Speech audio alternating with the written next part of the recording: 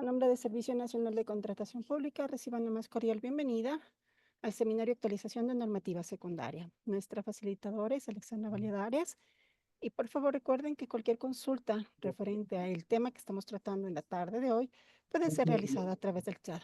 Alex, muy buenas tardes, bienvenida.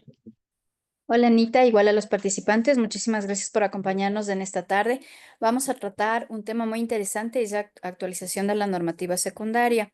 Es muy probable que en estos días ya no estemos haciendo tantos procesos de contratación y en este sentido, pues esta información nos va a servir muchísimo más a inicios de enero, febrero del año que viene, porque vamos ya a utilizar los cambios que se han desarrollado en la normativa secundaria, que se han sucedido en varios procesos de contratación.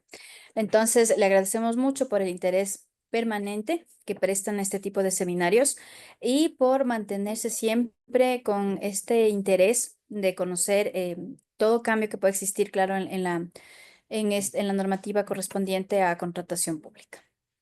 Bien, entonces vamos a comenzar. Recuerde, por favor, todas las preguntas que ustedes tengan se pueden desarrollar a través del chat. Bien, acerca de los cambios. La normativa secundaria, a través de la resolución 145, fue modificada el 7 de noviembre del 2024. Después de eso se indicaba, claro, que estos cambios entrarán en vigencia con su publicación en el registro oficial y este plazo ya se ha cumplido. Entonces, hay algunas cosas que vamos a revisar que ya se están aplicando y hay otras cuestiones que requieren cambio de herramienta y les vamos a indicar aquí también cuáles son, que se utilizarán tan pronto como las herramientas se encuentren actualizadas. Entonces, lo importante es conocer en qué aspectos se ha modificado esta normativa secundaria y cuáles son sus consecuencias en los procesos de contratación. Entonces, por ejemplo, el primer cambio muy interesante que existe es en la reprogramación de los procesos de subasta inversa. Nosotros ya sabíamos qué sucede cuando en una subasta inversa, por ejemplo, existen dos oferentes, ¿verdad? Y uno de ellos no participa en el proceso de puja. Entonces, lo que hace en este procedimiento automáticamente es una reprogramación para que se brinde la oportunidad de que el otro oferente o los otros oferentes invitados puedan también participar del proceso de puja. Entonces, como una consecuencia justamente de este cambio que se ha hecho, hoy por hoy en la normativa secundaria se indica que si el proveedor ingresó una o más posturas durante la puja inicial, que el proceso que venía en el cronograma, en la reprogramación automática su postura deberá ser inferior a la postura más baja ingresada en la puja inicial. Entonces, como podemos notar, si se reprograma, no empezamos desde la oferta inicial, sino empezamos desde el último valor que existió en la puja, en la anterior, en la primera, en la original, para realizar nuestras posturas hacia la baja. Además, nos indica la norma, cada postura que se haga en esta reprogramación debe cumplir con el porcentaje de la variación de la puja.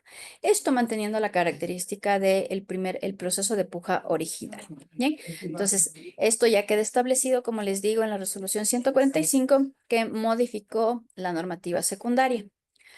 Vamos a ver asimismo que existe varias especificaciones más que cambios acerca del registro único de proveedores. Algo importantísimo es que ya se establece o se han extendido las causales de suspensión temporal del ERUP. Entonces, al momento de hablar de suspensión del ERUP, ¿qué es lo que sucede?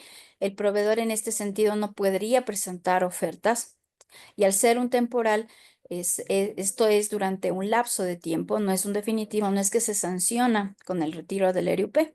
Entonces, durante un tiempo, de acuerdo a la razón de por qué está suspendido, este proveedor se encuentra inhabilitado de participar en procesos de contratación. Entonces, ¿cuáles son las causales que establece hoy por hoy la normativa secundaria?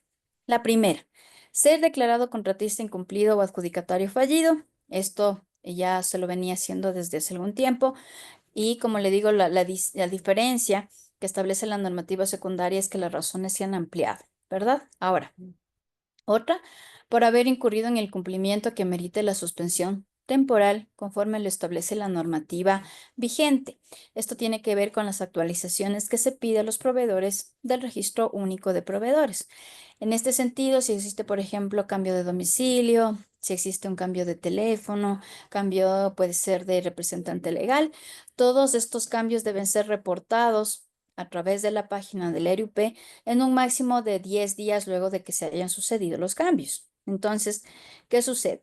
El CERCOP, al tener la competencia de la administración del Registro Único de Proveedores, puede en cualquier momento hacer una verificación. Si la información que consta en el registro está actualizada, pues no vamos a tener ningún inconveniente. Pero si se encuentra una diferencia entre lo que existe en el ERUP, la información, y lo que realmente se refleja, recuerde que nosotros tenemos también interacciones con las bases del SRI, por lo que es posible detectar esto. Entonces, puede existir un proceso de revisión, de solicitud de modificación y caso contrario, pues puede haber inclusive procesos sancionatorios que llevarían a la suspensión temporal del ERUP. Entonces, tenga en cuenta esta razón. Luego también se suspende el ERUP y esto se conoce desde hace mucho por mantener una condición de deudor moroso con las entidades del Estado. Y esto el sistema lo hace automáticamente por las interacciones que se tiene con portales del SRI, con portales del IES y también de la Superintendencia de Compañías, que es justamente la siguiente causal. La suspensión temporal puede darse por no estar habilitado en la Super de Compañías, Valores y Seguros. Luego también puede en este sentido suspenderse temporalmente cuando el proveedor consta en el registro de juicios de coactivas con entidades del Estado, por la acción de control y vigilancia que efectúa el CERCOP, por la falta de actualización de información, por vinculación o colusión. Y aquí es muy importante porque estas dos causales, estas dos razones, no las determina el CERCOP, sino que deben venir determinadas por órganos competentes. Entonces, a la Alex, cuenta, sí te escucho. perdón, se quedó una reprogramación en los procedimientos de subasta. No sé si se ven luego de eso algunas pantallas, Sí, sí, porque sí. sí, Qué se raro. quedó solo en la reprogramación y en la de procedimientos de subasta inversa. A ver, permítame ver si.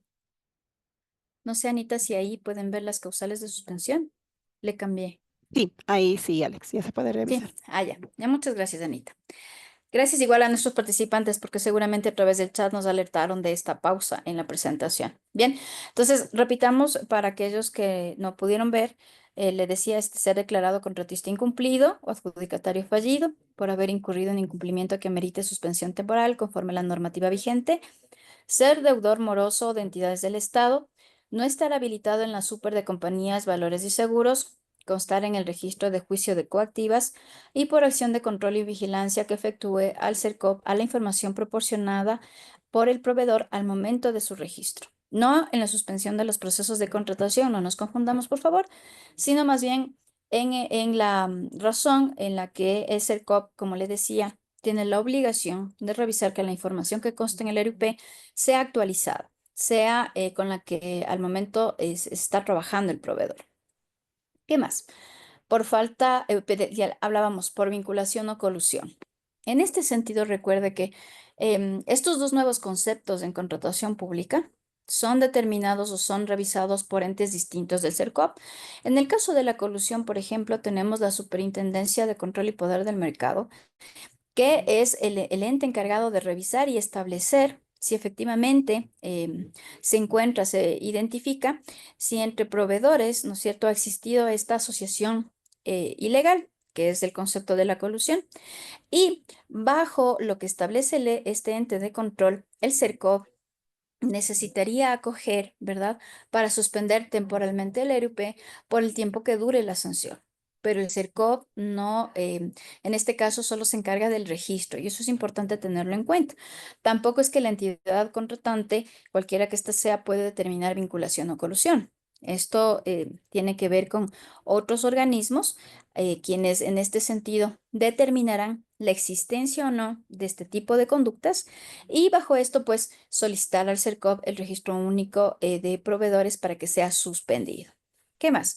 Por haber inobservado las normas de cumplimiento señaladas en el reglamento, por estar incurso en las infracciones señaladas en la ley. Por ejemplo, el proveedor que ha tenido una declaración errónea del BAE. Sabemos que eso amerita justamente la sanción y dependiendo de la gravedad, pues se extiende de 60 a 180 días. Entonces, son las causales que existen hoy ya definidas y establecidas en la normativa secundaria. La última es por petición del proveedor, con un cierre de ERUP temporal. Le he coloreado de otro color a la última, porque salvo esta, la que le leo, por petición del proveedor, y con esto la suspensión temporal, las otras causales generan también consecuencias, en este caso, en sus representantes legales. De hecho, la norma dice lo siguiente: la suspensión temporal se extenderá a la persona natural que ejercía la representación legal de una persona jurídica o la procuración común del consorcio o asociación o compromisos de asociación o consorcio en el periodo en que se generaron las acciones que motivan la suspensión. Entonces, de todas las causales que le he conversado, salvo la última, que es a pedido justamente del proveedor, recuerde que también existe una extensión sancionatoria hacia el representante legal de la persona jurídica. Ahora, podría ser que la representación legal la ejerza otra persona jurídica. Y en este sentido, pues la suspensión se hará extensiva hasta llegar a la persona natural que ejerce la representación legal de la referida persona jurídica. Además, nos dice la norma, la suspensión temporal se aplica a las calidades de el proveedor, el representante legal, el socio mayoritario y cuando exista procurador común. Entonces, además de tener una ampliación, una especificación de las causales de suspensión temporal del ERUP, también existe, como usted puede ver, la identificación de personas relacionadas con una persona jurídica que tendrían la consecuencia sancionatoria también. Vamos a continuar. Continuando con los cambios que se han sucedido en la normativa secundaria, estos también se ven reflejados en el procedimiento para la suspensión temporal por vigilancia y control posterior del ERUP. Entonces, sobre esto, les decíamos que los proveedores tienen la obligación de presentar documentación adicional o justificaciones necesarias para actualizar la información requerida en el registro en el plazo de 10 días de sucedidos estos cambios. Sobre esto, el CERCOP, una vez que ha detectado que es necesario justamente hacer un cambio, una modificación, tiene asimismo 10 días para revisar. Una vez que el proveedor hace el cambio, sustenta los cambios, acuérdese que todo se hace a través del sistema. No es necesario acercarse a ventanilla, sino que todo le van a pedir a través del sistema. Entonces, si tiene una alerta, y usted cumple con lo que le están solicitando, tal vez fue necesario subir, por ejemplo, papeles de la constitución de la empresa o algún otro documento, alguna certificación que, por ejemplo, establezca la condición de economía popular y solidaria. Esta debe ser subida al sistema y el CERCOP tiene 10 días luego de esto para revisar. Se hace una comprobación si los documentos son coherentes con su declaración de información en el registro único. Continúa. Caso contrario, se vuelve por una segunda oportunidad a hacer el pedido de actualización con los cambios que fuesen necesarios y en esta vez, claro, el tiempo es menor, únicamente se da 2 días. ¿Qué pasa si es que no atiende el proveedor estos pedidos, que a la cuenta ya son 2? Pues en ese caso lo que se hace es la suspensión temporal y ahí sí hay un proceso un poco más largo donde el proveedor tendrá que pedir por oficio la apertura del sistema para cargar la información. Se le establece un plazo donde puede cargar información y a partir de eso el proceso vuelve a revisión y luego aprobación. Entonces, evitemos problemas, más bien cada vez que hay un cambio en el registro único de proveedores que sea en este sentido, el mismo proveedor el que motive, busque esta modificación en su registro. Si es que se tuviese algún inconveniente para la modificación de información, recuerde que siempre contamos con las ventanillas echadas en línea, ¿no? Y si es que todavía no tiene usted, digamos, algún tipo de suspensión en su registro único, puede levantar incidencias, informando cuál es el inconveniente que tiene. Lo importante siempre, acuérdese, como se está en constante revisión de la información del registro único de proveedores, es que no se detecte que lo declarado sea muy distinto a los datos que, por ejemplo, se pueden reflejar a través del SDI. En cuanto al estado de proveedores, ya conocemos que el estado bajo el que se puede presentar las ofertas y que sería el óptimo en todos los casos es el de habilitado. Habilitado Quiere decir que estamos con todos los requisitos en regla. Adicionalmente, no contamos con deudas con el Estado, nuestras obligaciones están cubiertas y en este sentido estamos listos para recibir, en este caso, invitaciones y, si es la decisión así del proveedor, responder a ellas con ofertas. Luego existen dos estados con los que no se podrá recibir invitaciones. El uno es el no habilitado y el otro es el pasivo. Entre las causales de no habilitado ya las vimos en la parte anterior, en la lámina anterior, pero les recuerdo, una podría ser de no habilitación que, por ejemplo, estemos en la condición grave de contratista incumplido o adjudicatario fallido, ¿no? O podría ser algo, digamos, con un tiempo menor de sanción, como puede ser simplemente una actualización de información. El pasivo, en cambio, corresponde a las situaciones como, por ejemplo, que el proveedor mismo por su pedido, ya no le interesa, digamos, mantener un registro abierto y solicita pues que sea en este sentido suspendido, ¿no? Y dado que es un pedido personal, que no hay por medio ninguna obligación con ninguna entidad del Estado, este estado pasivo se mantendrá en tanto el proveedor no quiera hacer lo contrario.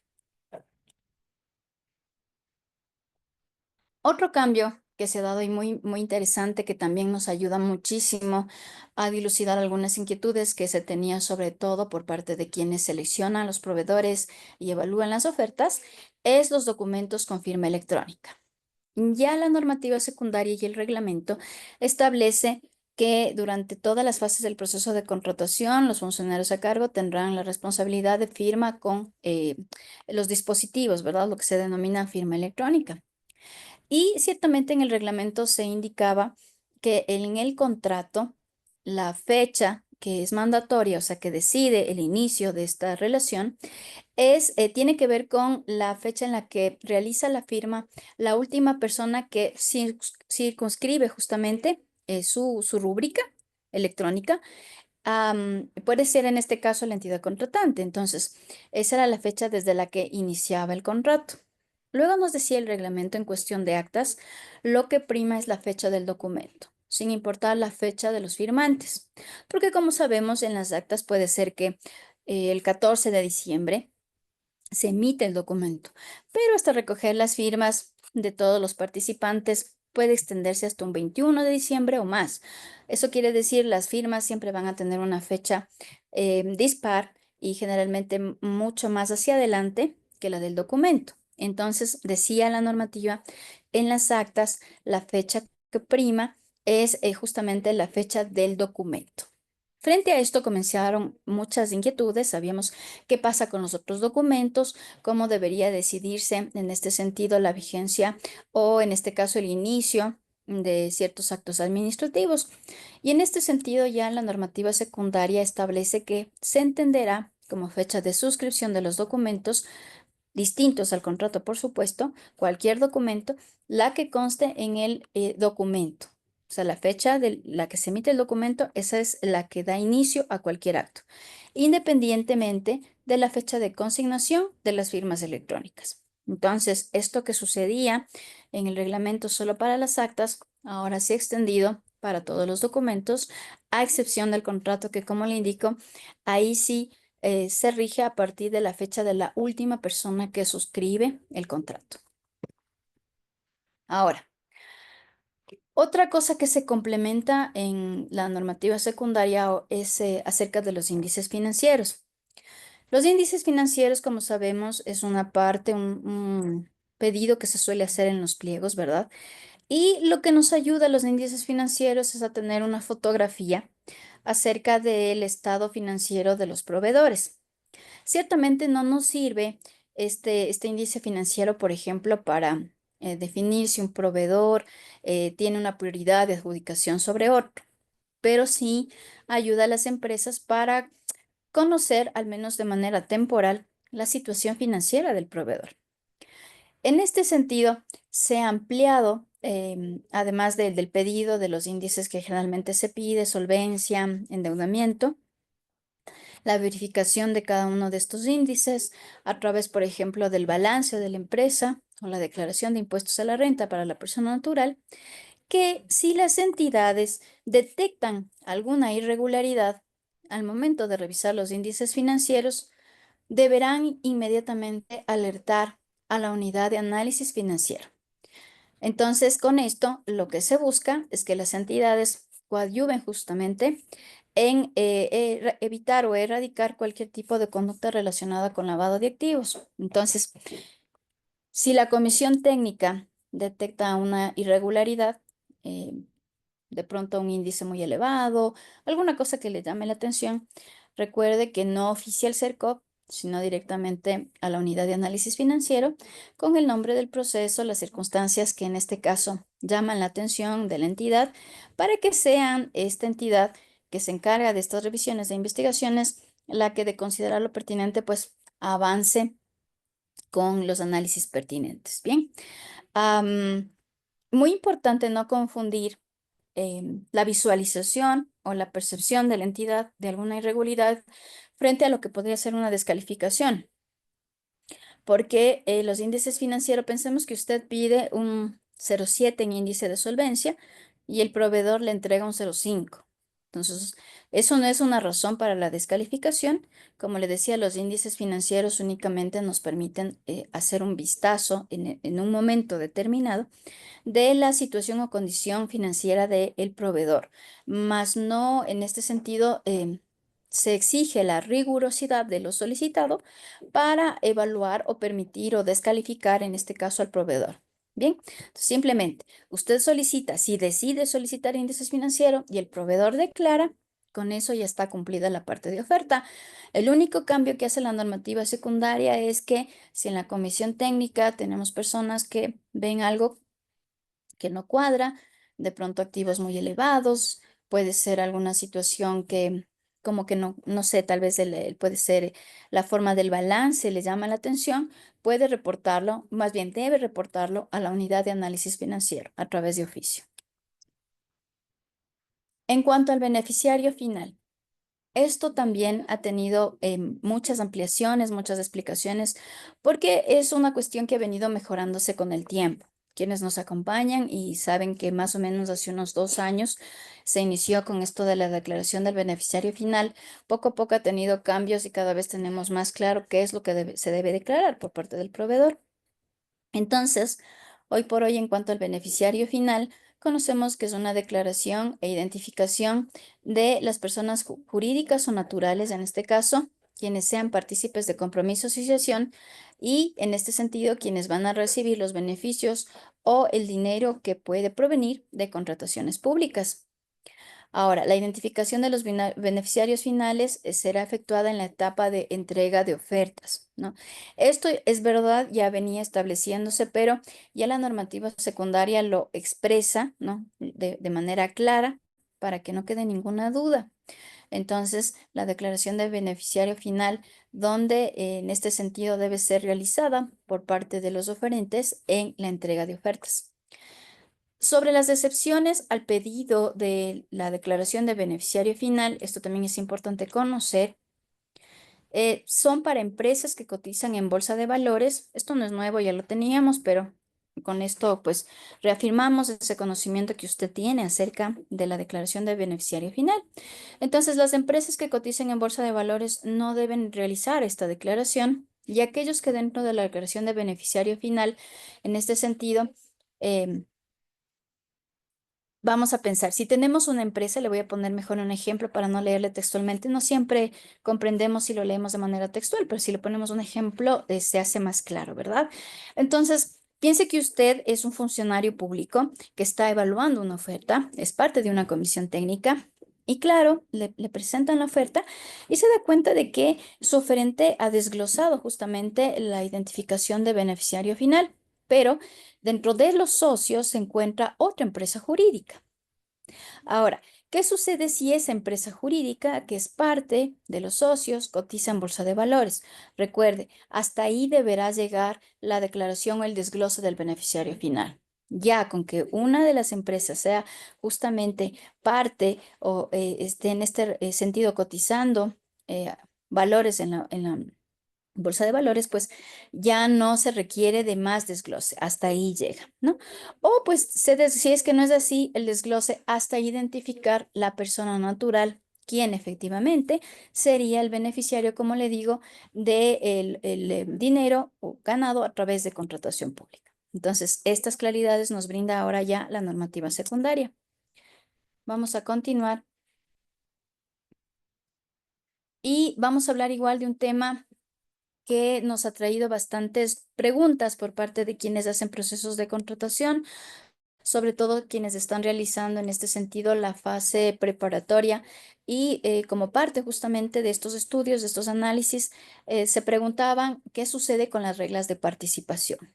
¿Cuáles son las reglas de participación? Recuerde, son experiencia, patrimonio, ¿sí? Y localidad. Entonces, en el cambio anterior a este, en la normativa secundaria se solicitaba que las reglas de participación sean tomadas en cuenta únicamente para los procesos de cotización y licitación. Y eso trajo muchísimas preguntas acerca de, ¿se podría pedir reglas de participación en otros procesos de contratación? Entonces, la normativa establece justamente que sí. Y voy a leer a continuación cómo lo dice.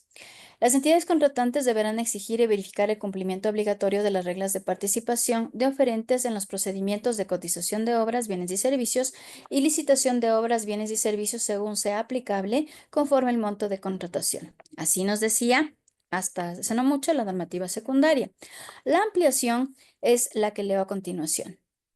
En el resto de procedimientos, las entidades contratantes podrán exigir las reglas de participación a los oferentes, pero mucho ojo, porque dentro de este cambio que se produjo en la 145, también se anexa la forma en la que se debe aplicar las reglas de participación. Entonces, ¿es posible que yo solicite reglas de participación en procesos distintos a cotización y licitación? Sí, se posibilita, siempre que éstas sean aplicadas conforme el anexo de la 145. De paso, le indico que al final, en la lámina última, tenemos un código QR con el que usted se puede descargar justamente tanto este anexo como la normativa secundaria completa y vigente. Entonces, si se mantiene en la reunión, pues al final usted va a tener esta oportunidad y con eso, si es que tal vez no dispone de sistemas como Fielweb o Lexis, puede tener también con nosotros este documento. Entonces, recuerde, si le preguntan, ¿y hay cómo aplicar reglas de participación a procesos distintos de cotización y licitación? Su respuesta, sí, pero vamos a revisar el anexo para saber cómo debemos aplicarlo. Lo que sí queda establecido también y a claridad en la normativa secundaria es que en ningún caso se exigirá las reglas de participación en los procedimientos, tome nota por favor, de régimen especial señalados en el artículo 2, número 2 y 8, que se refiere al caso de régimen especial seguridad interna y externa, y el 8 en cambio a las contrataciones interadministrativas o las contrataciones que hacemos entre entidades. En subasta inversa, tampoco se puede usar reglas de participación, pues como bien sabemos, ahora en subasta inversa aplicamos el criterio justamente de una verificación objetiva. Únicamente vamos al producto y ya no pedimos en este sentido, por ejemplo, parámetros como experiencia al proveedor. Y es posible, ¿no es cierto? Nos deja la normativa aperturado la opción de que más adelante puedan anexarse a estas excepciones otros procesos. Pero por ahora la excepción está, como le decía, en régimen especial y en subasta inversa. Régimen especial más específicamente en los casos número 2 y número 8. También, frente a las reglas de participación, existe esta intención de que la normativa guíe a las entidades que en caso de encontrar alguna irregularidad al momento de verificar la participación a los oferentes, deba alertar a la unidad de análisis financiero. Sí, tenga presente, no es al CERCOP, porque nosotros no tenemos competencia, por ejemplo, para la investigación de lavado de activos. ¿Quién tiene, está en este caso la competencia? Es la unidad de análisis financieros. Entonces, es una obligación, si se detecta por parte de quien revisa la oferta o es parte de la comisión técnica, recuerde, por favor, alertar a la UAFE. Vamos un poco más adelante y vamos a ver de cambios que también se han venido revisando en las reglas de compromiso de asociación o consorcio. Frente a esto, recuerde que los proveedores para participar en procesos de contratación pública tienen dos opciones. La una, presentarse individualmente, ¿no? Entonces, ya sea como persona natural o si es una persona jurídica, lo puede hacer de manera propia, sin en este caso tener el apoyo de nadie más ni de otro proveedor. Pero si es que hay procesos de contratación que, digamos, son más retadores que otro, existe la oportunidad de que los proveedores puedan unirse a través de asociaciones o consorcios que únicamente en este caso durarían lo que dura el proyecto. Esa es la idea, ¿no? De una asociación o consorcio para apoyarse mutuamente, puede ser económicamente, puede ser para mejorar parámetros como experiencia, el patrimonio, y en este sentido tener una mayor posibilidad de salir justamente favorable para la adjudicación. Entonces, en esta forma de participación conjunta, que se denomina compromiso de asociación o consorcio, existen reglas. Frente al tamaño, por ejemplo, si somos dos, ¿verdad? Si somos dos, ¿cómo van a valorarnos? Por ejemplo, si vamos a hacer consorcio, usted que me escucha y vamos a hacerlo conmigo, ¿qué tal si yo soy una gran empresa y usted es una pequeña empresa? ¿Qué tamaño debería ser el que prevalezca justamente para tener beneficios en contratación pública? Frente a esto, lo que nos dice la normativa es las preferencias por tamaño se asignarán valorando al partícipe de mayor tamaño. Entonces, si estamos frente a un proceso de contratación donde el beneficio lo tienen las MIPES, micros y pequeñas empresas, pero mi decisión ha sido asociarme con una gran empresa, debo saber, ¿no? Que no, mi asociación o consorcio no va a tener ningún beneficio, porque me van a tomar en cuenta como el grande, ¿sí? Entonces, esto también ayuda muchísimo a los proveedores para preparar la estrategia de participación. Son reglas claras, reglas abiertas, bajo las cuales cada proveedor toma la decisión que más le conviene frente a su participación. Respecto a la localidad nos establece que las preferencias por este parámetro se asignarán cuando el miembro que tenga la mayor participación y que al mismo tiempo haga las veces de procurador común se encuentre domiciliado en el cantón o provincia donde se destinen los bienes, se presten los servicios o se ejecute la obra. Entonces, vamos a hacer el ejemplo igual. ¿Qué pasa si, em, vamos, usted es una pequeña empresa, yo soy una grande empresa, ¿verdad? Pero resulta que la pequeña empresa suya, dentro del proyecto que en la que quisiéramos intervenir, usted participa con un 90%, o sea, pone el 90% de recursos y la gran empresa pone un 10%. En este sentido, se va a respetar la localidad del pequeño porque es el de mayor tamaño. Aparte, usted también debería tener la condición de procurador común para que se haga beneficiario del parámetro de localidad. Caso contrario, no. ¿Sí? Entonces, tomemos en cuenta cada una de las reglas. Y en cuanto a la experiencia, se reconocerá la sumatoria de la experiencia de cada uno de los consorciados. Aquí ya no importa el tamaño, no importa la localidad, se suman, literalmente se suman las experiencias de quienes participen en la asociación o consorcio. El ejemplo que he venido haciendo ha sido entre dos, pero en realidad en una asociación o consorcio pueden participar de dos en adelante, ¿sí? Bien, pues continuemos. Otra cuestión que también se ha visto modificada para aclarar justamente es la determinación del presupuesto referencial. Como sabemos, se viene haciendo muchas precisiones y cambios acerca de lo que en un inicio hace mucho tiempo se llamaba estudio de mercado. Hoy ya sabemos que se llaman instrumentos de cálculo de presupuesto referencial, ¿no? Entonces tenemos los que son propios para bienes y servicios, los que son para obras y los que son para consultoría. Lo que ha sucedido en la normativa secundaria justamente tiene que ver con lo que se denomina estudio de mercado referente a bienes y servicios. Entonces, ahora, además de las cosas que ya tenemos establecidas en el reglamento, nos indican que dentro del análisis del bien o servicio, debemos en este sentido determinar bajo el sistema justamente de presupuesto qué sucede si nuestra contratación es una mixta, una contratación mixta. Piense, por ejemplo, usted cuando estamos frente a la compra de aires acondicionados, ¿verdad? Entonces, por una parte usted dice, bien, el aire acondicionado me queda claro, es un bien mueble, pero resulta que yo también tengo que calcular, tengo que hacer instalación y en este caso es un servicio y comienzan los problemas de cómo lo considero, si como un bien o como un servicio, ¿no? Entonces, frente a esto, ya la normativa de manera expresa establece lo siguiente.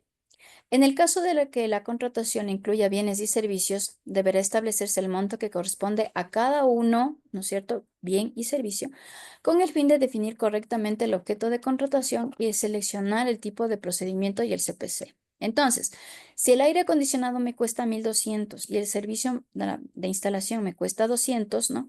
¿Qué prima más? El valor del bien. Y en ese sentido lo voy a considerar como una contratación de bienes, ¿no?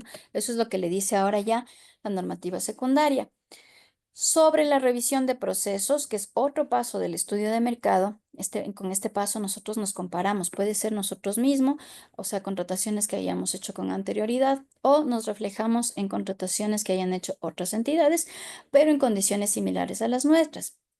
Entonces, lo que le recomiendo ahora ya la normativa secundaria es que, a más de revisar si las condiciones comerciales con las que se está comparando tienen similitud, o sea, podemos en realidad revisar, podemos en este caso ser comparables con otras entidades.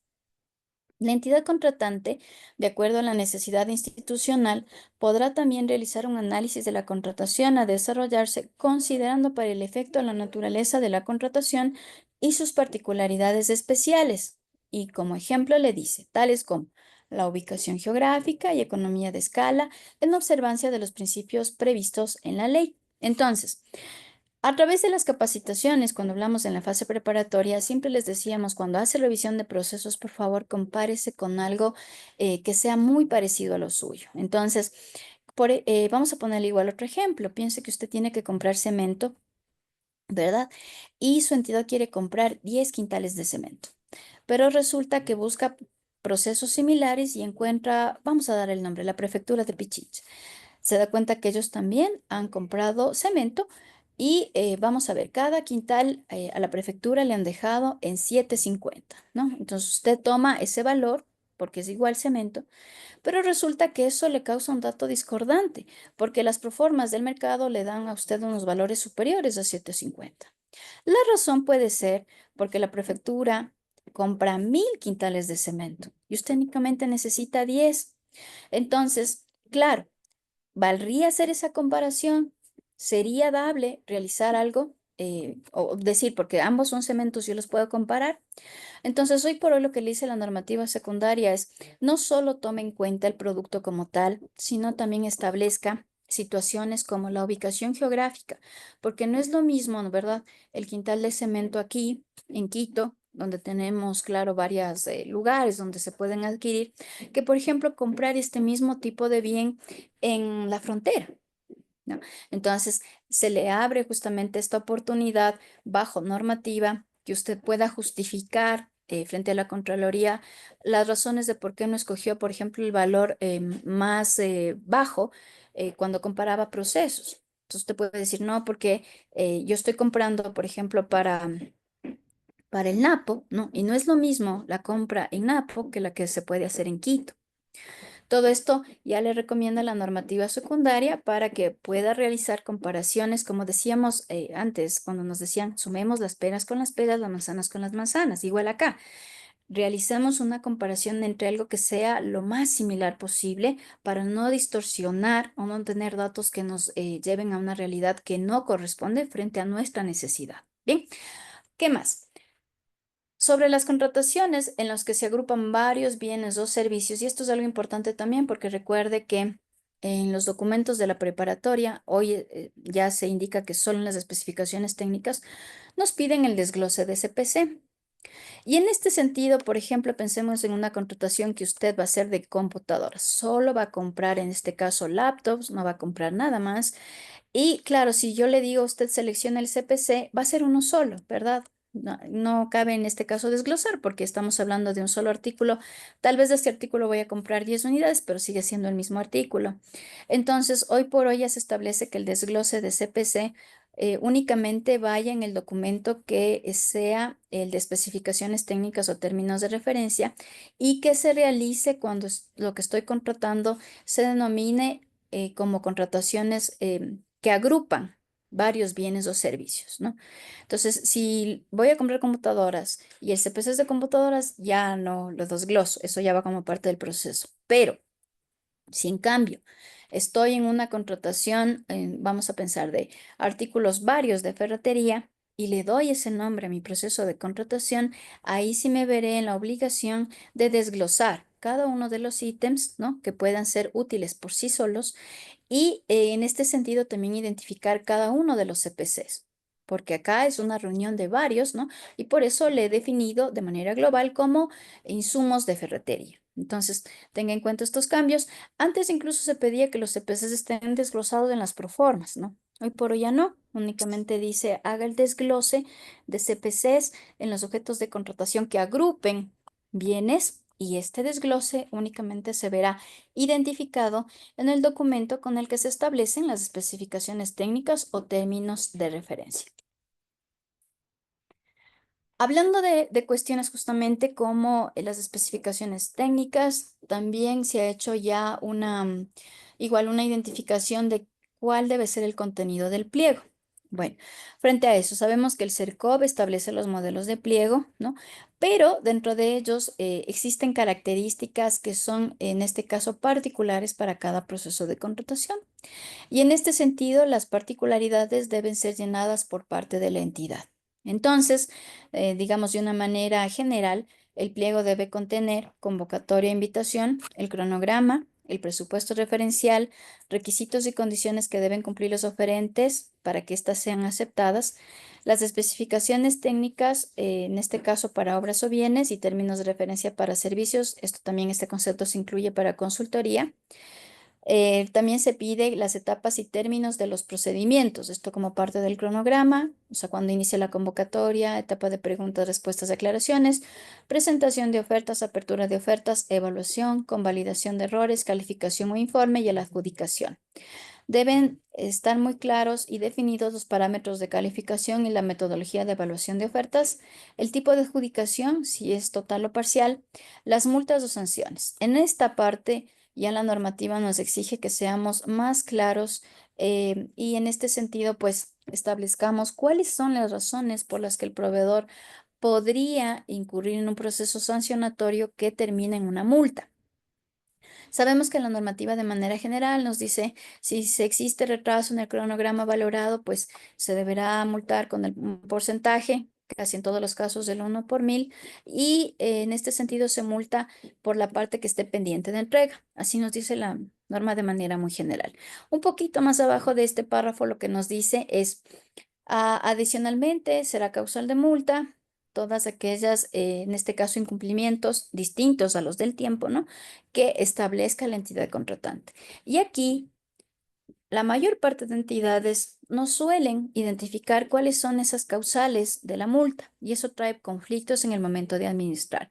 Hoy por hoy ya la normativa secundaria nos exige justamente que desglosemos cuáles son las causales de multas más allá del retraso en el cronograma valorado, sino aquellas otras situaciones que pueden presentarse, ¿no es cierto?, como fallas del proveedor, por ejemplo, el proveedor que no equipa adecuadamente a su personal, puede ser el retraso del personal para trabajar, etcétera, cosas que afectan al cumplimiento contractual, ¿no? No solo en el tiempo, sino en la calidad del mismo. Entonces, ya nos pide que identifiquemos multas y sanciones.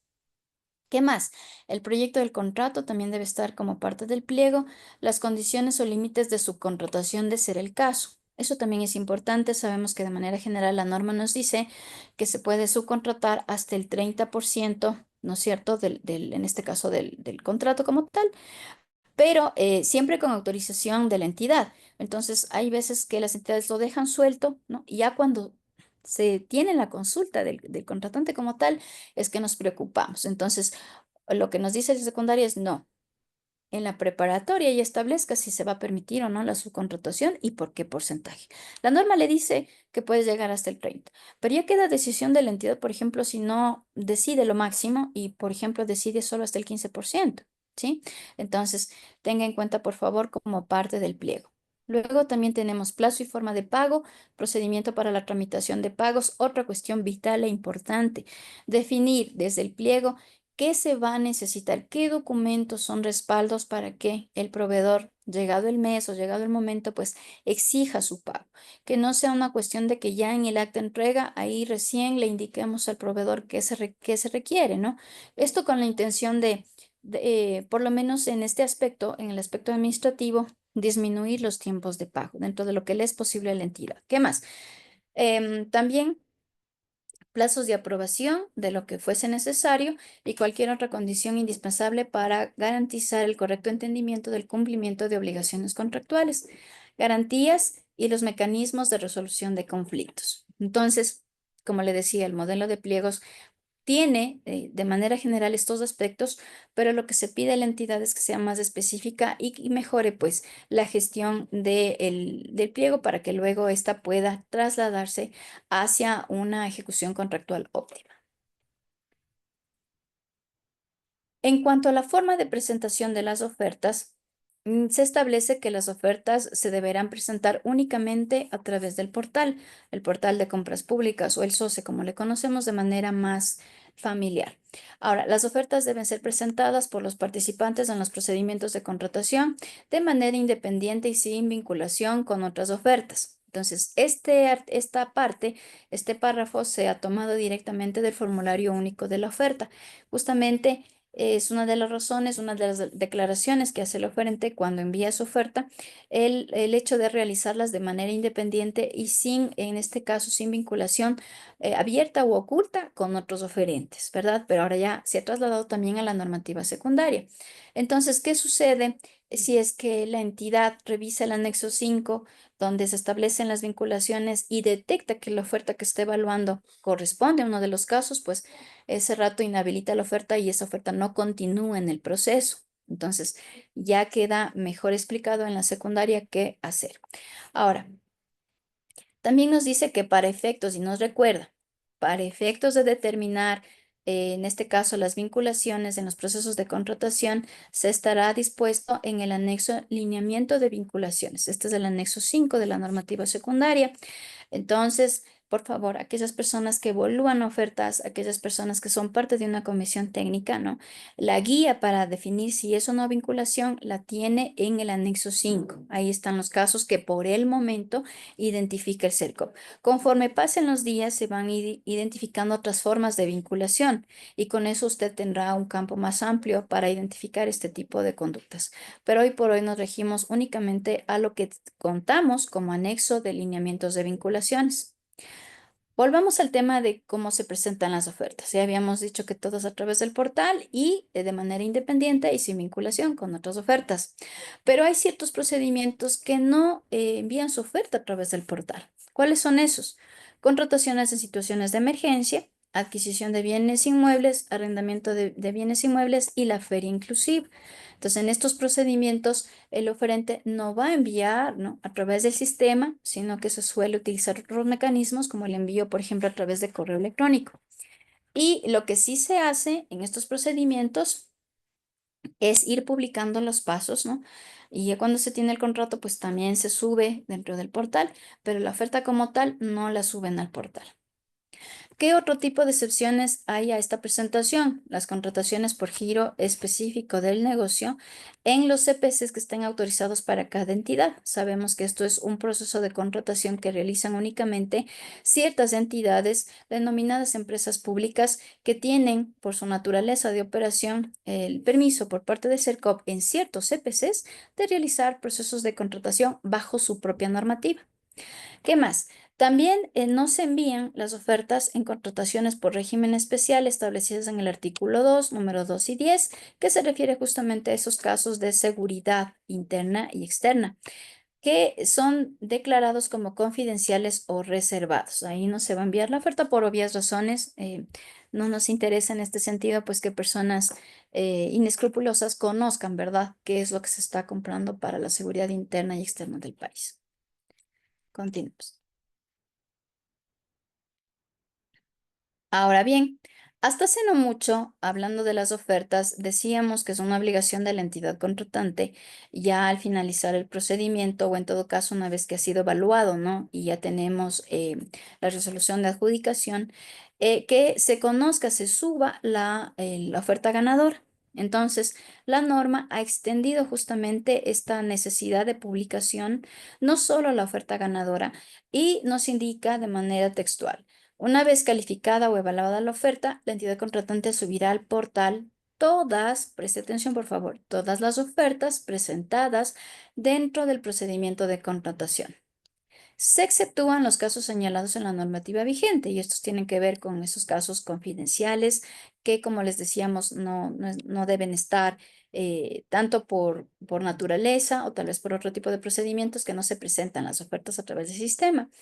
Entonces, hoy, si estamos en un proceso de menor cuantía de licitación y cotización, recuerden, no solo vamos a subir la ganadora, sino que vamos a subir todas las ofertas recibidas. ¿Qué más? En los procedimientos de subasta inversa y compra corporativa se suben las ofertas al portal de compras públicas en la etapa por adjudicar. Entonces, también existe un lineamiento establecido para los casos de subasta inversa y compra corporativa. Con esto, pues, para no afectar el proceso normal de la contratación a través de subasta inversa. Entonces, acuérdense, tenemos que subir todas las ofertas. Justamente el sistema tiene distintos momentos en los que usted puede realizar esta acción. Inclusive tiene al finalizar el proceso como tal, cuando ya el administrador del contrato le devuelve al creador del procedimiento, tiene un último paso que es antes de la finalización, el cierre total, donde se permite la subida de todos los archivos que fuesen necesarios. Entonces, el sistema tiene una permisibilidad de 10 megas por cada archivo, pero de ahí archivos usted puede subir todos los que fuesen necesarios. Es importante también recordar a las entidades contratantes que es responsabilidad de cada entidad contratante la revisión justamente de lo que determina, en este caso, la normativa de datos personales, ¿no? Ahora, algo que también se ha modificado durante los últimos tiempos y es la presentación de certificado de cumplimiento de la unidad de análisis financiero. Sí ha tenido, digamos, muchos cambios en el sentido de que al principio se solía presentar al inicio con la oferta, ¿no? Y poco a poco la normativa ha ido solicitando que este certificado para aquellos proveedores, para aquellos participantes en compras públicas que tengan actividades relacionadas con este pedido, con este certificado, lo presenten en la etapa, pero contractual. Esto dando la oportunidad, claro, de participar, ¿no? Y cumplir con este requisito, ya si es que el proveedor en este sentido, pues, ha sido favorecido en el procedimiento. Entonces, ya existía este lineamiento de revisión de certificado de la UAF en la etapa contractual y la normativa secundaria hoy hace ampliaciones y precisiones sobre cómo va a ser solicitado. Entonces, una de ellas es la que indica que únicamente cuando el contratista realice una actividad sujeta a reporte de la UAFE y según los lineamientos emitidos por esta entidad, las entidades contratantes en la fase de ejecución contractual exigirá la presentación del certificado de cumplimiento o su equivalente emitido por la UAFE. Entonces, si usted tiene duda acerca de cuáles son las actividades, le invito por favor a que revise la página de la unidad de análisis financiero y existe ahí una viñeta donde le dice cuáles son las actividades que en este sentido están obligadas a la revisión. Me acuerdo así brevemente porque, por ejemplo, las obras, casi todos los proveedores que realizan obras están obligados a tener este certificado. ¿Qué más? Dice, la entidad contratante verificará si las actividades principales, ponga mucha atención, por favor, porque esto sí ha habido preguntas. El certificado de la UAFE no está ligado al proceso de contratación, sino a las actividades económicas autorizadas por el SRI. Entonces, es posible que su proveedor, dentro del proceso de contratación que está participando, no, digamos, no está relacionado con este pedido de la UAFE, pero sí dentro de todas las actividades que él tiene. Por eso, dice, la entidad contratante verificará si las actividades principales y secundarias descritas en el RUC del contratista se encuentran sujetas al reporte de la UAFE y notificará al contratista la obligación de obtener el código de registro y su certificado de cumplimiento. De lo que tenemos conocimiento, para obtener este certificado de la UAFE es necesario realizar un curso que no toma más allá de 2 a 3 días, ¿no? Y luego de eso, pues hay que presentarse, me parece, una evaluación y se obtiene el certificado. Entonces, el trámite como tal no debería llevar más allá de una semana, ¿no? Lo importante es saber por parte de las comisiones técnicas, en este caso, o alertar, ¿no es cierto?, quién deberá presentar esto, como le digo, en la etapa contractual. ¿Qué más? La entidad que identifique a un contratista que realice actividades sujetas al reporte de la UAFE notificará al CERCOP con la siguiente información: nombre del contratista, RUC, actividades que realiza y datos de contacto. Entonces, si ya se detecta que de las ofertas existen dos o tres personas que si pasan en este sentido a la etapa, una de ellas pasa a la etapa contractual, ¿no es cierto? Deben presentar el certificado. Es importante, por favor, a través de oficio, alertar al CERCOP, indicar que existe eso. ¿Para qué le sirve al CERCOP esta información? Recuerde que dentro del subsistema nacional de control se trabaja de manera coordinada con otras entidades y eso justamente permite contar con información para saber o en este sentido realizar análisis que fuesen necesarios, ¿no? Entonces, como parte de la obligación de la entidad con respecto a la UAFE es que se identifican a oferentes que tienen la obligación de cumplir con esto, pues sean en este caso avisados al CERCOP para los trámites pertinentes. Ahora bien, en caso de que el contratista omita presentar dicho certificado en el término de 30 días de suscrito el contrato, será causal del incumplimiento del contrato.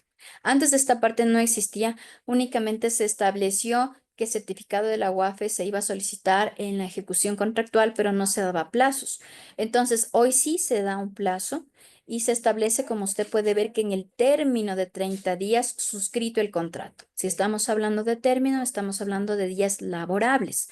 Entonces, de la fecha que se suscribe el contrato hacia adelante, tiene 30 días laborables para que el contratista entregue este certificado. ¿Qué pasa si es que no? Eso es una causal de incumplimiento del contrato y, por tanto, proceso sancionatorio con suspensión del ERUPER de 5 años. Ahora dice, en los casos en que el plazo de ejecución contractual sea menor de 30 días, también puede pasar que el contrato no dura 30 días, sino menos, ¿no? Deberá entregarse el certificado al día siguiente de la suscripción del contrato. Entonces, y muy importante para quienes están trabajando en este sentido desde la etapa preparatoria y la etapa precontractual, para mantener alertas y en este sentido también para indicar como parte de los pliegos este párrafo y pues en su momento solicitar al contratista la entrega del documento. Otro aspecto que se ha visto beneficiado con ampliaciones es el concepto de convalidación. Como sabemos, la convalidación es esa oportunidad que tienen los oferentes de aclarar o ampliar situaciones establecidas en su oferta, ¿no es cierto? Entonces, la convalidación ya quedó definida en el reglamento, sin embargo, sí se hacía necesario que se establezca de mejor manera este concepto y por eso en el ámbito de la convalidación se determina que puede ser todo tipo de contradicción o discordancia establecida entre la información proporcionada por el proveedor en cualquier parte de su oferta y la documentación que lo respalda. Entonces, si está declarado, pero por ejemplo no cuenta con el respaldo, es convalidable. Caso contrario, por ejemplo, tenemos un respaldo, pero falta algo en la oferta, también es convalidable. Acuérdese que en la convalidación seguimos el principio de, en este caso, indubio pro administrado. O sea, siempre en este sentido estamos a favor del oferente, de manera que lo que sea necesario aclarar, mejorar, sea de esa manera, ¿no? Y tomemos decisiones en función de cosas que estén comprobadas por parte de la comisión técnica. Entonces, frente a esto, se aclara también la situación que la documentación de soporte que ya ha sido adjuntada en la oferta, pero no conste expresamente señalada en este documento, será analizada y evaluada para verificar si cumple lo exigido en el pliego y se podrá pedir convalidación de errores en virtud de la documentación adjunta. No será convalidable la presentación de documentación que haya sido obtenida con fecha posterior a la presentación de las ofertas, ¿no? Eso sí. Si usted, por ejemplo, dentro de los pliegos, revisamos los pliegos, somos la comisión técnica y vemos que, vamos a poner un ejemplo, se pide una certificación ambiental hacia el oferente, ¿verdad? Y usted lanzó o sea, la entidad, perdón, lanzó el proceso, vamos a pensar, el 14 de diciembre, ¿sí? Entonces, lanzamos el proceso. La idea es que los proveedores cuenten o hayan contado con esta certificación, ¿no? Como máximo hasta la fecha misma de la publicación de la oferta, perdón, de la publicación del proceso, ¿verdad? ¿Qué pasa si usted revisa la documentación y encuentra que el oferente dice, sí, yo cuento con este certificado ambiental, pero no lo envía, no lo adjunta. Entonces, como le indica que sí tiene, lo que vamos a hacer es convalidar. El momento de convalidar, el oferente le envía el certificado, pero ese certificado no tiene fecha 14, sino tiene una fecha de emisión del 16 de diciembre, posterior. En ese caso, efectivamente le presenta el documento, pero al tener una fecha posterior a la entrega, en este caso, a la publicación del procedimiento, invalida esa situación, esa condición, y me tocará en ese sentido descalificar, ¿no? Por falta de cumplimiento. Por eso la norma dice no será convalidable la presentación de documentación que haya sido obtenida en fecha posterior a la presentación de ofertas. También, como convalidación, dice, podrá requerirse documentación de soporte respecto a la información que consta en la oferta y que no se encuentre respaldada, y en ningún caso los documentos adicionales requeridos modificarán el objeto de la oferta. Eso sí es muy importante. De igual manera, hablando de la convalidación, en caso de que la entidad contratante no pueda validar la firma electrónica, solicitará al oferente que remita nuevamente el documento suscrito electrónicamente, el mismo que no podrá ser firmado con fecha posterior a la presentación de la oferta. Entonces, si tenemos una oferta que aparentemente cuenta con firma electrónica, ¿verdad? Lo subimos al validador de firma EC. Sin embargo, este software no puede identificar, no puede validar. Recuerde que se convalida, no se rechaza la oferta, se convalida. Y la convalidación, como dice la norma, consiste en que el proveedor nos vuelva a enviar la oferta, ¿no? Y nosotros comprobaremos si este nuevo envío, ¿no es cierto?, tiene la firma, pero esta firma corresponde a la fecha presentada originalmente. Si es que nos firma de último momento y eso lo sube, eso lamentablemente no nos sirve. Entonces, como una alerta, si usted es proveedor y nos acompaña como proveedor, recuerde que es responsabilidad del oferente verificar que los documentos firmados electrónicamente se encuentren debidamente validados. Entonces, antes de subir la oferta, el proveedor, por favor, haga el ejercicio de pasar por firme C, ver si se valida, ¿verdad? Si es que pasa este proceso, y de ahí entonces usted sube al socio. Otra cosa importante, y es que el formulario de la oferta que no se encuentre suscrito electrónicamente no será convalidable, ¿no? Sobre la convalidación, antes de este párrafo existen otros. Por ejemplo, ¿qué sucede si una oferta cuenta únicamente con firma manuscrita escaneada? Eso es convalidable, y en ese caso la convalidación consiste en que se le envíe el formato, en este caso de la oferta, ¿no es cierto?, firmado electrónicamente. Esa fecha sí puede ser posterior. ¿Por qué si no sirve en ese caso? Porque hay un documento que está de manera manuscrita, pues, y está anticipando esta situación de la entrega de la oferta.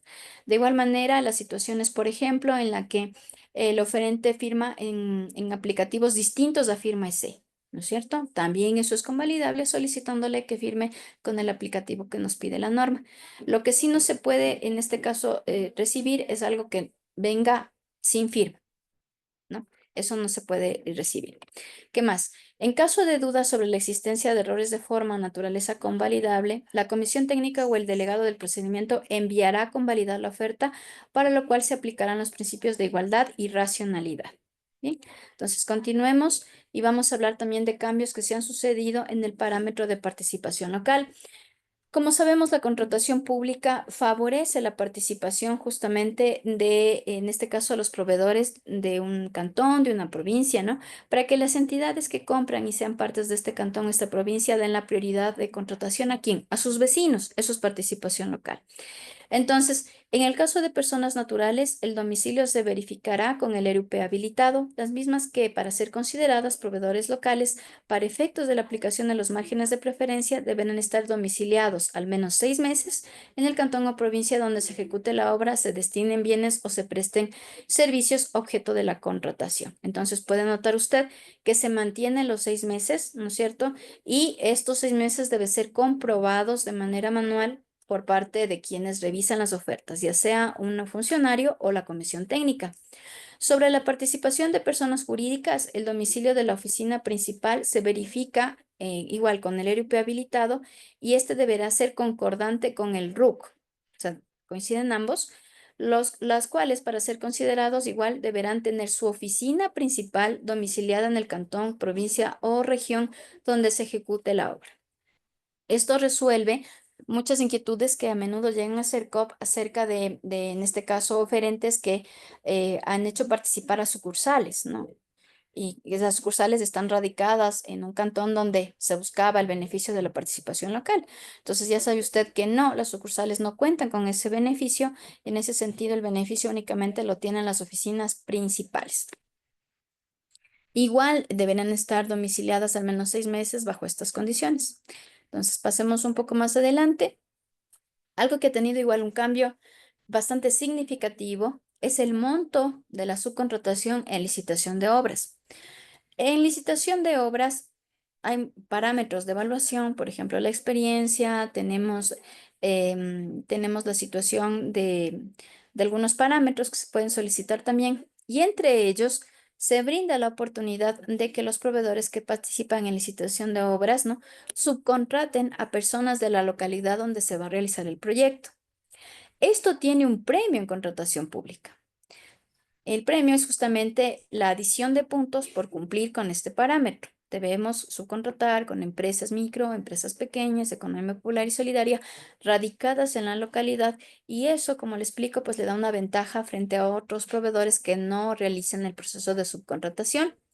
Hasta antes de la publicación de esta resolución, el porcentaje en este sentido eh, mínimo para, en este caso, participar de este puntaje extra era el 10%. Entonces decía, el proveedor que en este caso subcontrate al menos el 10% y con un máximo de hasta el 30% va a tener un puntaje, ¿verdad? Pero hoy se pide, se levanta esta cuota y ya no es el 10%, hoy es el 15%. Entonces, si usted es un proveedor o si usted es una comisión técnica y hay que valorar el porcentaje de subcontratación, recuerde por favor que este ya no es el 10% como mínimo, sino que hoy por hoy al menos es el 15%, se ha elevado. Con eso lo que se busca justamente es que los proyectos de obras que suelen ser grandes, ¿no es cierto?, que pasan en este sentido un valor importante, sea de beneficio no solo para la empresa como tal o para el contratista como tal, sino también pueda generar impulso económico en la localidad. Le comento que en ínfima cuantía existe también, o va a existir, porque esto todavía no está operativo, pero es importante informarle, la posibilidad no solo de publicar la orden de compra como lo hacemos hoy, sino otra documentación que se considere relevante. Entonces, este es un cambio que también existe en la normativa, solo que le advierto, este cambio todavía no está operativo porque estamos haciendo mejoras en esta herramienta para que se pueda publicar. Pero más adelante, en ínfima cuantía, vamos a tener no solo, como le digo, la orden de compra, que eso sí se realiza hoy, sino otros documentos que se consideran relevantes. ¿Esto con qué intención? Con la intención justamente de garantizar los principios de publicidad y transparencia, de contar con la mayor información que sea posible para que observadores de compra pública o ciudadanos en general sepan cómo está actuando la entidad. Pero esto por hoy no está operativo. Creo que es lo más importante para quienes nos acompañan y son entidades, de pronto leyeron esto y están preocupados porque dicen hay que hacer publicación de información relevante y dónde publico. Entonces recuerde, existe una transitoria justamente en la que les indica que todos los cambios que están relacionados con modificaciones en la herramienta no son operativos, sino cuando se modifique la herramienta. Este cambio de misma cuantía existe en normativa, pero aún no está habilitada la herramienta para que se pueda proceder. Sobre las atribuciones de la comisión técnica, ya se ha establecido asimismo que se deberá verificar la habilitación del oferente en el ERUP en 2 momentos. El primero, en la apertura de las ofertas, y el segundo, en la suscripción del contrato o convenio marco para los procesos de catálogo electrónico. Entonces, tenga en cuenta, por favor, cuando reviso en este caso, la habilitación del ERUP del proveedor que está participando conmigo, en 2 momentos. En la apertura de ofertas, ¿no es cierto? Si está habilitado pasa, si no, queda descalificado. Y en la segunda, en la suscripción del contrato. Sobre el plazo de duración de declaratoria de emergencia, también se ha hecho otras precisiones. Recuerda el proceso de emergencia, lo realizamos bajo las causales establecidas en el artículo 31 del Código Civil. Entonces, frente a situaciones que son imprevistas, ¿no es cierto?, que se denominan de caso fortuito, fuerza mayor, las entidades contratantes muchas veces optan por declararse en emergencia y en ese sentido dar una mayor agilidad a los procesos de contratación. Al ser un proceso que promueve la contratación directa, en este sentido, pues no se puede, no, la entidad no puede permanecer en emergencia para todas las contrataciones y en todos los momentos. Y por eso se define que las emergencias no podrán ser mayores a 60 días, ¿no? El periodo de la habilitación de este tipo de proceso no mayor a 60 días, o sea, hoy hago la resolución, pasa 60 días y debería cerrar mi emergencia. Sin embargo, ya hemos tenido mucha experiencia luego de la pandemia y de distintas situaciones similares, incluso la energética que aún estamos sobrellevando. Y lo que se ha hecho, ¿no?, es establecer excepciones por las que podría ampliarse el tiempo de la emergencia, o sea, hacerle más grande de 60 días. ¿Cuáles son estas razones? La primera, cuando se encuentren vigentes el estado de excepción decretado por el presidente de la República, la declaratoria del estado de emergencia sanitaria o las resoluciones de los comités de operaciones de emergencia relacionados a las situaciones de emergencia. Para tal efecto, la entidad contratante deberá expedir el acto administrativo que justifique la ampliación del plazo, o sea, cuando nos vamos más allá de 60 días, bajo esta primera causal. Otra, cuando existan razones técnicas que acrediten y sustenten que el contrato debe ejecutarse y cumplirse en un tiempo mayor de duración. Entonces, el plazo máximo para la ejecución de contrato será de un mes adicional. Entonces, si vemos que lo que vamos a contratar en emergencia va a superar los 60 días, lo podemos hacer con justificación técnica y recuerde que estas razones no pueden exceder de un mes. O sea, vamos de 60 hasta un mes adicional.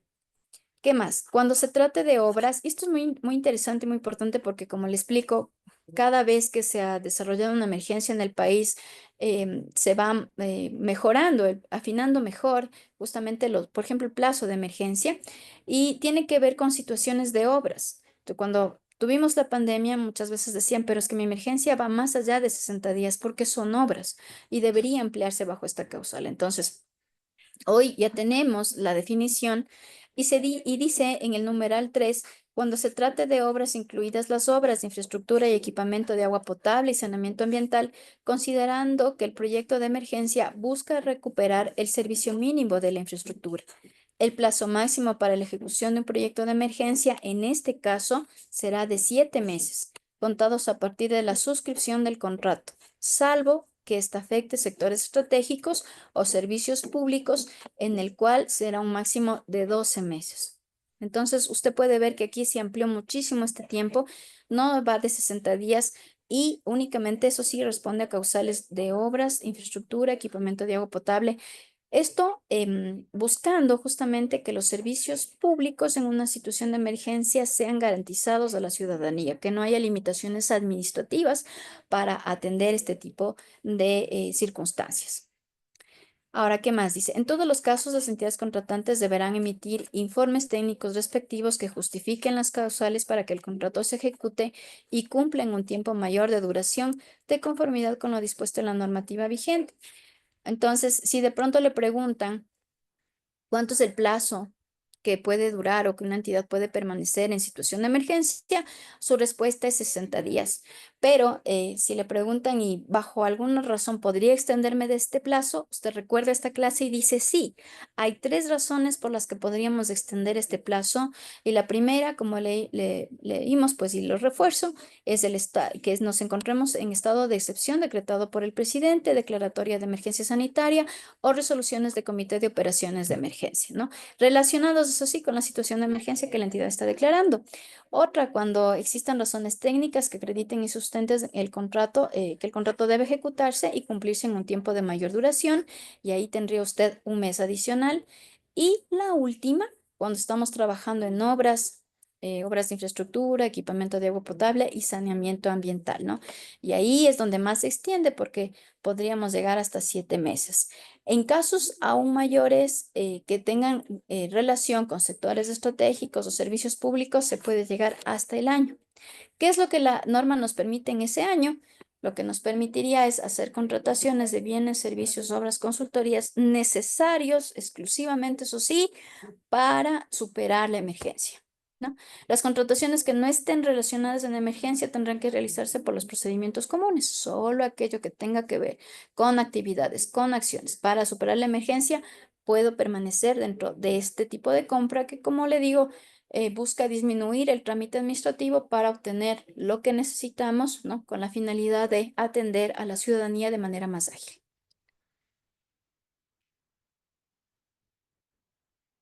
Algo que viene nuevo es, bueno, ya no es tan nuevo, posiblemente usted ya lo ha escuchado y es un nuevo proceso de obras que lo que se está es desarrollando, porque es una forma de contratar obras que no se tenía en el país, a pesar que internacionalmente sí se hace muy a menudo, y es el proceso de ingeniería, procura y construcción.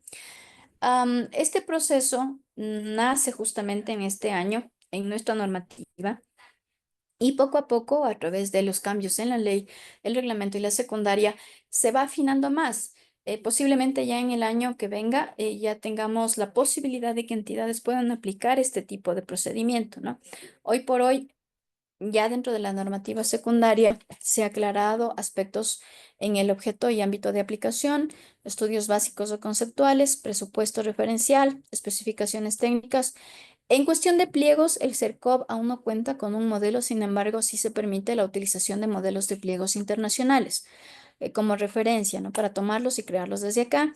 Y pues, como le decía, porque este modelo de proyecto de obra, de contratación en proyecto de obra, sí se hace fuera del país, se hace muy a menudo, y bajo ciertas condiciones, pues resulta muchísimo más eficiente que el modelo que nosotros veníamos utilizando, que es donde la entidad contratante establece qué requiere, ¿verdad? Y exige eso. Entonces, en este modelo, en cambio, se trabaja de manera conjunta con el contratista, y el contratista inclusive participa, más bien el contratista se encarga de hacer los estudios, ¿no es cierto? Luego también el proyecto, y lo construye, y va hacia adelante, va en el desarrollo total e integral del proyecto.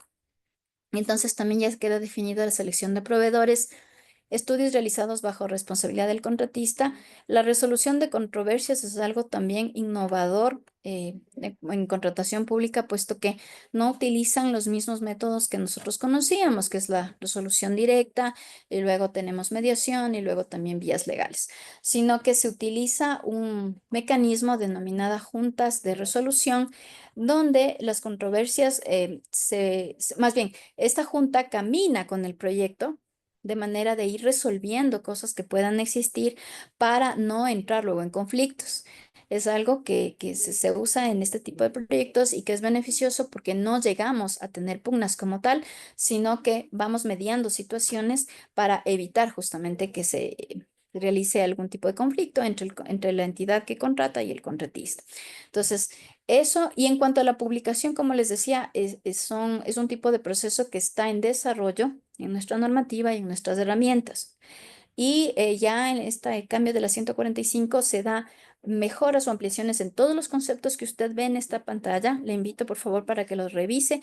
De hecho, el año que viene ya vamos a dictar un curso exclusivo de este, porque en realidad el tiempo nos daría falta si vamos a entrar a detalle de cada uno de los puntos. Pero sí, ya como para que usted tenga una idea, si le interesan las obras, tenga usted una idea de cómo sería la realización de este proceso. Bien, y en cuestión de la herramienta, nos encontramos en el desarrollo de la misma. De igual manera, sucede en la adquisición de pasajes. En la normativa secundaria se establece igual ampliaciones acerca de los procesos que se realizan en contratación directa de pasajes aéreos, también la alternativa que existe a través de la suscripción de planes corporativos, de plataformas virtuales y la de agencia de viajes. Entonces, en esta resolución 145 ya existe cosas más claras para cada uno de las alternativas de contratación de adquisición de pasajes. Este es otro curso que esperamos ya dictarlos en enero de este año, para que usted, que ya tiene presupuesto y que ya va a comenzar con estas inquietudes, pues tenga la claridad del uso de cada uno de estos elementos. Finalmente, le comento que dentro de la resolución 145 existe un desarrollo ampliado de lo que constituirían las compras sostenibles en el Ecuador. Entonces, Existe varios conceptos, inclusive el glosario ha crecido mucho, ya se tiene conceptos de qué es una compra sostenible, valor por dinero, cómo se espera o proyecta que las entidades contratantes tomen en cuenta desde la fase preparatoria, luego la evaluación de ofertas y también cuál es el papel que los proveedores realizan en este tipo de procedimientos. Entonces, hay normativa que ya cuenta la 145, pero por favor preste mucha atención porque esta normativa será aplicable en 4 meses. Entonces, sí hemos tenido algunas entidades que no han podido, en este caso, encontrar la transitoria donde estos requisitos no se están pidiendo hoy. O sea, la entidad no los debe desarrollar hoy, sino que lo va a tomar en cuenta en 4 meses. ¿Sí? Eso es me parece que hoy por hoy lo más importante de compras sostenibles, lo puede revisar también, pero recuerde, lo que tenga que ver con compras sostenibles no debe ser considerado hoy mismo ya o tal vez en enero cuando usted ya tiene presupuesto, dice, no, ya voy a poner los parámetros de responsabilidad social, ambiental y económica. No todavía, ¿no? Vamos a esperar 4 meses. Esto fue publicado en noviembre, diciembre, enero, febrero, marzo. Un poco antes de que ya se vuelva obligatorio, igual le realizaremos los cursos, de hecho, de manera anterior para que usted lo tenga claro, pero hoy por hoy no, por favor, los pliegos aún no deben contener, ni la preparatoria aún no debe contener estos parámetros porque vamos a desarrollarlo en estos meses, ¿sí? Eso que lo tenga pendiente. Bien, como le habíamos ofrecido, le hemos indicado cuáles han sido los cambios de la normativa secundaria. ¿Le queda claridad a usted qué es lo que ya está operativo, ¿no? ¿Qué es lo que no? ¿Y qué es lo que está anunciado? Y que, como le digo, se irá aplicando de manera progresiva, ¿no? En el caso de las compras sostenibles, vamos a esperar, por favor, 4 meses cuando el CERCOV ya cuente con la guía de aplicación para que usted pueda seguir esa guía. ¿Sí? Para finalizar, pongo a su consideración los servicios que nosotros tenemos. Recuerde que las clases que nosotros tenemos justamente están dentro del canal @cercop. Permítame algo más pequeñito esto para que no le estorbe. Es @cercop capacita, ¿no? Y también tiene el código QR. Le vamos a dejar esta pantalla en esta pantalla usted va a tener la ley, el reglamento y la normativa secundaria actualizada. Entonces, por favor, en su celular usted puede tomar la fotografía y le va a conducir a obtener justamente la normativa actualizada, que sabemos que va a ser de mucha utilidad para lo que queda del año y más importante para lo que viene, ¿no? El año 2025. Bien, Anita, vamos a revisar algunas de las preguntas de nuestros participantes. Anita, ¿sí es posible recuperar el chat de la grabación? Sí, Alex, este momento está siendo grabada este seminario y se graba también el chat que tenemos de las preguntas que nos han hecho nuestros participantes. Ya, bien, voy a dejar esta pantalla aún abierta unos segundos más para que puedan descargarse, por favor, la normativa actualizada. En tanto, voy a tratar de hacerle a un ladito el chat, ¿no? Para ir leyendo algunas de las consultas que ustedes nos han enviado. Y a la última consulta que nos está realizando Otoniel, este video será subido, por favor, el día de mañana en la mañana en el canal de YouTube que indicó Alex, y ahí lo podrán revisar ustedes en cualquier momento, por favor. Ya. Recuerden que este es un material de estudio que pueden visualizarlo en cualquier momento. Bien, tenemos algunas preguntas como Natalie Neira que nos dicen, ¿podría dar un ejemplo de irregularidad? Ya lo hicimos. Los índices que generalmente se suelen solicitar son los de solvencia, son los de endeudamiento. Y para respaldo de esto, los proveedores tienen que enviarte el impuesto a la renta y también la declaración, o sí, la declaración de impuesto a la renta a personas naturales o los balances en caso de las empresas. Como es necesario que la entidad contratante vea, revise estos valores, podría ser que ahí tú detectes algo que no cuadra. Por ejemplo, valores en caja muy elevados podría ser. Claro, esto queda un poco a criterio de quien está revisando, ¿no? Y en este sentido no es que existe una guía de estas son las casuísticas bajo las que debes alertar. Por lo que sí sería importante que se tenga una persona con conocimiento financiero para saber si hay un valor que no, que está como distinto, que no tiene, digamos, una consistencia con los balances que se está presentando y en ese caso se podría alertar. Recuerde, la entidad contratante lo que hace únicamente es alertar y luego es la unidad de análisis financiero la que ya con su experticia, ¿no? Reconocerá si el caso conviene o no investigar. Pero en esta situación, lo que se le pide a la entidad es que si tiene alguna observación, que obviamente debe tener un respaldo, alguien que cuente con un conocimiento financiero, que pueda, en este caso, levantar este indicio, ¿no? Pueda darlo a conocer a la UAFE.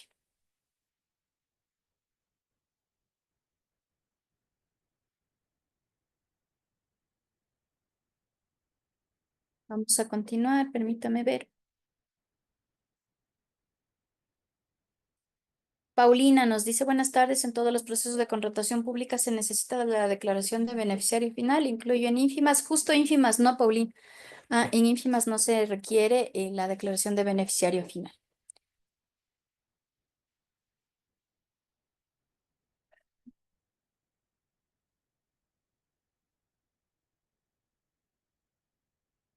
Respecto a la pregunta de Mayra Chango, recuerda que en el formulario de la oferta existe justamente la parte del formulario donde se realiza la declaración de beneficiario final y como lo indicábamos en la normativa, la idea es que se identifique a la persona natural, si es una persona jurídica, se desglose justamente quiénes serían las personas que se benefician de la contratación. Si es una persona jurídica, por lo general tenemos la situación de contar con la información de la Superintendencia de Compañías. No sé si ustedes han tenido la experiencia, les invito. En la página de la Superintendencia de Compañías son consultas abiertas que puede hacer cualquier persona. Usted pone el nombre de la empresa y en el momento que se va desglosando la información, tanto de accionistas, de gerentes, etcétera, también hay una pestaña donde le dice beneficiario final. Y estas personas ahí están identificadas y deben coincidir con el formulario que el oferente le está entregando. Si en cambio, en este caso el oferente es persona natural, se entiende que esta misma persona natural, ¿no es cierto?, va a ser el beneficiario. Bien, salvo que el oferente diga algo contrario, o sea, que escriba otro nombre y en ese caso queda identificado quién sería.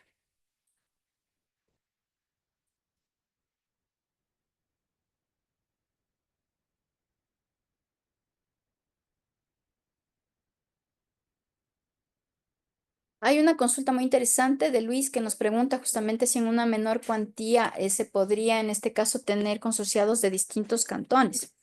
Entonces, sí se podría, pero ahora ya te dice la normativa, por ejemplo, que no puedes tener el beneficio del, por ejemplo, de la localidad, ¿no? Entonces, en esta situación no convendría tanto consociarse con personas de otros cantones, porque al momento de la revisión se tendría algún conflicto.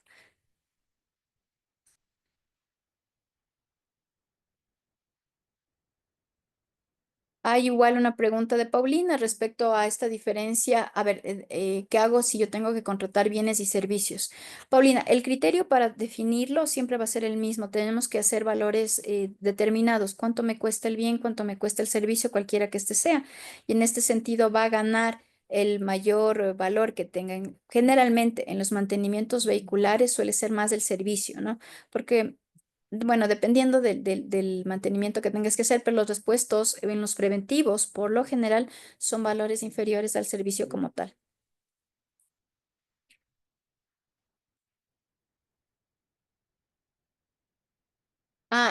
Verónica Tomalá igual nos hace una pregunta muy interesante y nos dice que existen, hay ciertas vinculaciones, ciertos casos de vinculaciones determinadas en el anexo, pero entiendo que Verónica tal vez reconoce que pueden existir más. Sí, en efecto, en el anexo 5 tenemos vinculaciones en el ámbito societario, pero hay otro tipo de vinculaciones y poco a poco, de manera progresiva, el CERCOP va a ir identificando estas conductas y pueden ustedes irlas determinando. Hoy por hoy, únicamente refiérase, por favor, a las vinculaciones en lo que respectan al anexo 5, nada más.